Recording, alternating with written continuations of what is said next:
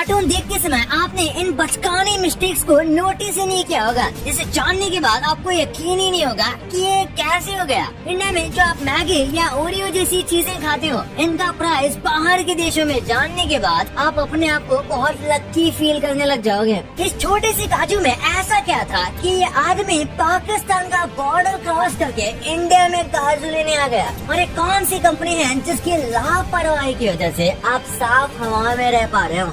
Video ना shocking fact से भरा हुआ है, तो इस वीडियो को एंड तक देखना। और अभी तक चैनल को सब्सक्राइब नहीं किया तो क्या कर रहे हो यार, चैनल को सब्सक्राइब करके उस बगल वाले बेल आइकन को भी जरूर दबा देना। एक तरफ है आपकी प्यारी माँ और एक तरफ है 1 करोड़ रुपया। अब इन दोनों में से किसको चुनोगे? मेरी तरह माँ को चुनने वाला। इस वीडियो पर एक लाइक एंड सब्सक्राइब करें और पैसा को चुनने वाला कृपया इस वीडियो से दूर रहे। और यार एक ऑरेंज जूस की कंपनी थी जिसने 12,000 टन जितना ऑरेंज के छिलके एक ऐसी जमीन पर फेंक दिया जिस पर कुछ भी उगाया नहीं जा सकता था, यानी एकदम वो लाइफलेस जमीन थी। लेकिन फिर उन्होंने नोटिस किया कि कुछ साल बाद यहाँ पर ऑटोमेटिक लाइफ आने लगी और ये सेम जगह 16 साल बाद कुछ ऐसे दिखने लगी, क्योंकि जो ऑरेंज है वो डिकम्पोज हुआ और जमीन को जो न्यूट्रिएंट्स चाहिए थे वो उन्हें ऑरेंज के छिलके से मिल गए। कुछ इसी तरीके से मैन्योर काम करता है। अब ये इस कंपनी ने जानबूझकर किया था या गलती से, ये तो हम नहीं जानते, पर नेचर का भलाई हो गया। नंबर 2, क्या कभी आपने सोचा है कि इंडियन मार्केट्स में मिलने वाले प्रोडक्ट्स दूसरे देशों की मार्केट में किस तरह से और कैसे मिलते होंगे? सबसे पहले तो ये मैगी का प्राइस इंडेक्स देखिए, जिसे रुपए के हिसाब से एडजस्ट किया गया है, जहाँ लगभग हर देश में मैगी इंडिया से महंगी है। वही वियतनाम जैसे देशों में आप 100 रुपए में 500 मैगी पैकेट्स खरीद सकते हैं और इंडिया की तरह कई देशों में मैगी के रीजनल अवतार भी देखने को मिलता है। उसी तरह से इंडिया में 1 रुपए में मिलने वाला एक कच्चा आम यूएसए में $18 में 100 टॉफीज का डब्बा मिलता है। इन्हीं दो प्रोडक्ट्स की तरह ओरियो भी ग्लोबली बहुत फेमस है, खास तौर पर चाइना में, जहाँ ये बैम्बू जैसे स्टिक्स बनाते हैं जो कि पांडा और बैम्बू वाले ट्रेडिशन से मैच करते हैं। जब ये प्रोडक्ट्स दूसरे देशों में जाते हैं तो उन्हें वहाँ का टच देना भी पड़ता है। अब जैसे उस कुरकुरे को देखिए जो यूएसए स्पेसिफिक कंज्यूमर के लिए डिजाइन किया गया है और ये है भी पूरे $2 की। अगर आप अपनी फेवरेट सुपर बाइक और अपने पापा में से किसी एक को चुनना चाहोगे तो आप किसे चुनोगे? अपने पापा को चुनने वाले ही इस वीडियो को लाइक और चैनल को सब्सक्राइब करेंगे। नंबर 1, बचपन में कार्टून देखना हम सबके लिए बहुत प्रिविलेज की बात होती थी और पेरेंट्स की नजरों से बचकर हम बड़ी मुश्किल से अपने फेवरेट कार्टून देख पाते थे। ये वो टाइम था जब टीवी खराब होता था तो पेरेंट्स कहते थे कि बच्चों ने खराब किया है, और जब बच्चे खराब होते थे तो पेरेंट्स कहते थे कि टीवी ने खराब किया है। खैर दोस्तों, जोक्स अपार्ट, बचपन में कार्टून देखते समय तो हम नोटिस ही नहीं कर पाए थे, लेकिन कार्टून्स में भी बहुत सारी मिस्टेक्स मौजूद होती है। जैसे आपने कभी भले ही नोटिस किया ही ना हो,